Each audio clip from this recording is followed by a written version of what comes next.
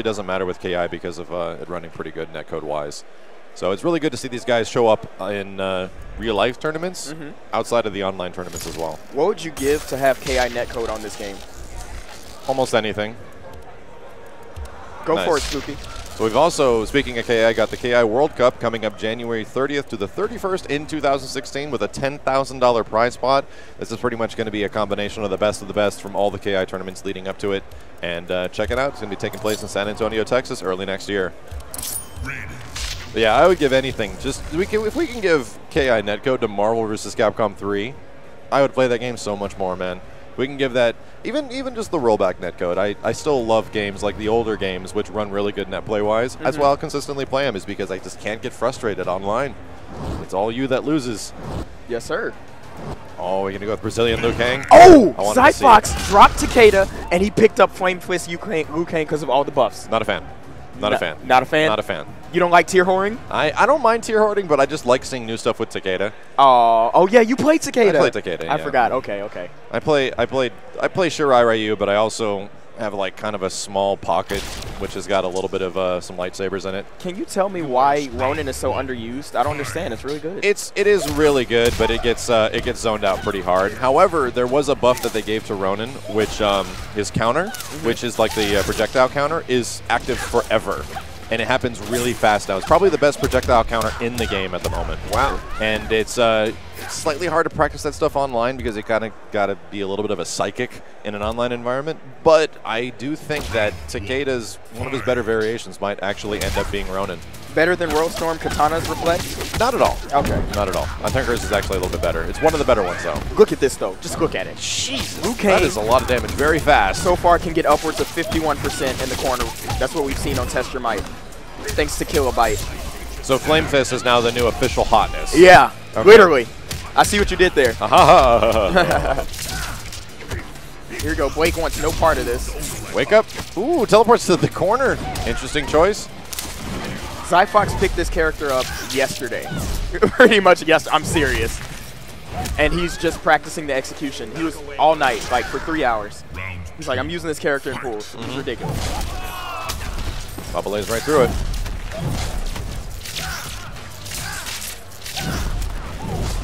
It's officially the longest zoning match we've ever seen in MKX. A move will be made. There it goes. Here we go. And that can armor through your armor. Yo, dog. I wonder if the Fireball actually got any adjustments itself, if they're a little bit quicker. I think only the Duelist variation has a lower hitbox Makes on sense. the Fireball, so he can't get hit by high projectiles. Jeez, was that all chip damage? Yeah. Oh my god. He does that. Oh my god. Spooky, can you pull up the Liu Kang changes? Thank you. Goes for the low at the end. Look at this pressure, dude. This is insanity. You guys just need to look at this. They pretty much they took Hellfire Scorpion stuff and they literally gave it to Liu Kang. Is that exactly what's going on? Now Scorpion, you don't need this. Hot. Give it to Liu Kang. Hot fire included. Yep. Wow. The redistribution of wealth. All right, adjusted several hitboxes to hit more consistently. 3 more active frames on down back punch. Now goes into a ducking state during low fireballs. Okay, that's all variation. Yeah. That's all variation. That's universal. So yeah, he's not getting hit by a projectile. Flame Twist, Windmill Punch, or Windmill Flurry can now be 2-in-1. I'm not going to say that. Basically, you can special cancel this. Yes. Because a lot of people don't know what 2-in-1 means. Yeah. So it means nothing to them. So let me break it down. Just special cancel means that you can, oh my god, gets the freaking one of the best X-rays in the entire game, in my opinion. And we don't even get to see it. He doesn't even want to look at it. You just get to hear it. It's the longest X-ray, too. It is really long, but it's awesome. He just literally beats your ass. Like, that is the best part about it. Dual sphere, low spheres, now low. You can now 2-in-1 the Shaolin Flame, and that all it really means is that you can throw out a normal and then pretty much do the normal into a special. Yep, and the windmill punches as well. Also known as special canceling. That's crazy, man. So you're going to be seeing that a lot more. And Zyfox made quick work of Blake. Like, I think we had 2 conversations. Yeah, and that he as soon as it started, I think I just heard it say round 1, and then 50% damage was gone. I was like, what just happened? Oh my god. Yeah. So Liu Kang is going to be a threat for a little while. I want to see Godspeed pick this character up. Oh, Godspeed definitely plays Liu Kang. He plays the Dragon's Fire. Yeah, he plays Dragonfire, and I was talking to him at Combo Breaker, and he was literally doing it for the Tiger Knee Fireball things in the corner. Yes, because he has hitbox. Yeah, he has a really interesting corner combo using the instant jump fireballs. It's really impressive looking. He did it in the auction tournament. He literally bought Liu Kang that day. Just like, I just want to get my corner combo. Yes. And he actually got it, so he got what he wanted. That's all he wanted. What was I thinking about? I talked to him, and he said he's so busy with commentating ESL and being traveled around all over that he didn't have time to actually play the game. Well, isn't that the nature with either you're going to be a competitor or you're going to help out the game in some way, or you're going to be like a creator or something like that. It really comes down to one or the other.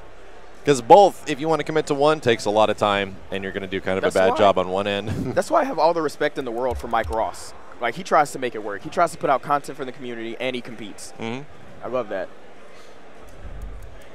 And you, too. Thank you. I don't want you to feel sorry. Oh, Maximilian put his head down. Oh, no. My boy. My boy's over there. Look at him in the lower left part of the screen.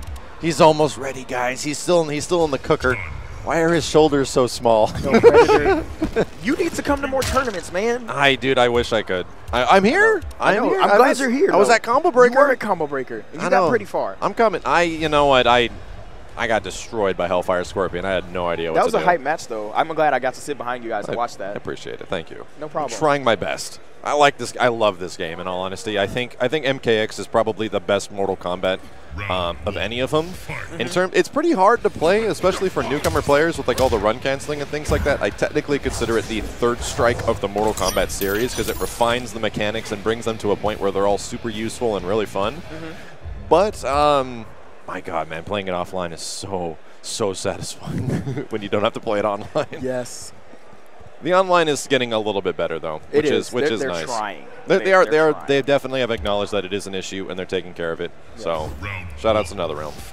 All right, we've got MIT versus a gentleman I'm not familiar with, Tampa Jacobs. He is from Tampa, obviously, but I'm not familiar with his play. He has Summoner Quan Chi.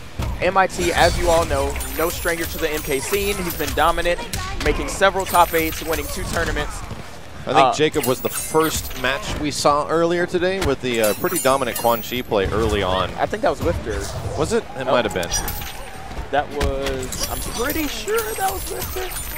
See, he's using Summoner, which is why it's kind of reminding me. He's got the bat. It was Lifter.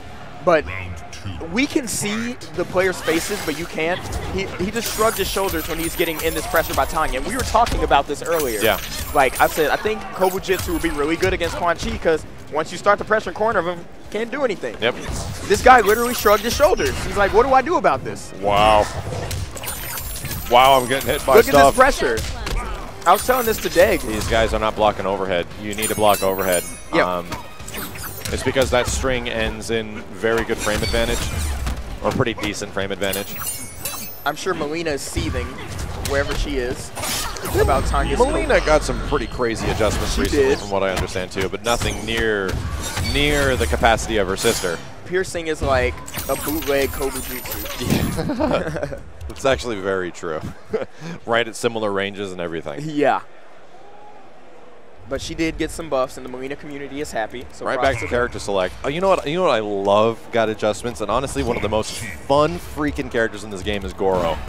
Even though he's terrible, he's still awful. But my God, is it so much fun playing as Goro? He is fun. He's fun to play at a casual level. Yeah. What's funny is last at Combo Breaker, I went up against a dude that was using Grandmaster Sub-Zero, and as a Takeda player, I just hate that fight. It's just super hard to deal with. And I'm like, you know what, I'm picking Goro because Ground Pound gets rid of the ice thing. It actually stops it completely. Everyone laughed at me. Him and all of his friends laughed at me. Goro, oh, this guy knows what's up. I totally beat him. It was really, he's an interesting character. That's awesome. All right, MIT putting Quan Chi back in the corner. That's where he belongs. The pressure from MIT right now is just insane. It's impeccable. Either people don't know what to do against Tanya, which is completely a possibility. Because that starts off as a low, and then she's doing the overhead. Yeah, man. And she can cancel her overhead, her 4-3. And Quan Chi's got one of the bigger issues of some characters in this game. His armored wake-up kind of sucks. Nice backdash. slapping the knees. All right, yeah, Quan Chi's trying to get his zoning game started. Keep Tanya out. Dude. This is his only hope of winning. Looking at this play right now, this is just to get out of the first pool. Like, pool play is going to be nuts at this tournament. It is going to be tough to get out. Nice, switches corner positions. Here we go. Continues the pressure, does not cancel the overhead into the possession.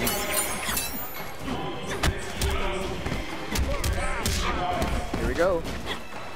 Oh, she whiffed because he was delaying his wake up. Yeah, he knew it was coming back, so he kept jumping. Very smart. No trance confirmed. I don't like that. That could be it. That was the game. That was the game. He missed his trance. It is insane how fast some of these matches are going. These matches are going by really quick. And I do appreciate when games can have an intense match that goes by very fast at the same time. Yes. MKX has a very interesting distribution of damage right now, and I hope that doesn't change over time. Me too. I do like it. Me either. I like the fast-pacedness of this game. I came from Marvel, so I'm okay with it. Yeah. A lot of people in this community aren't, but I love it.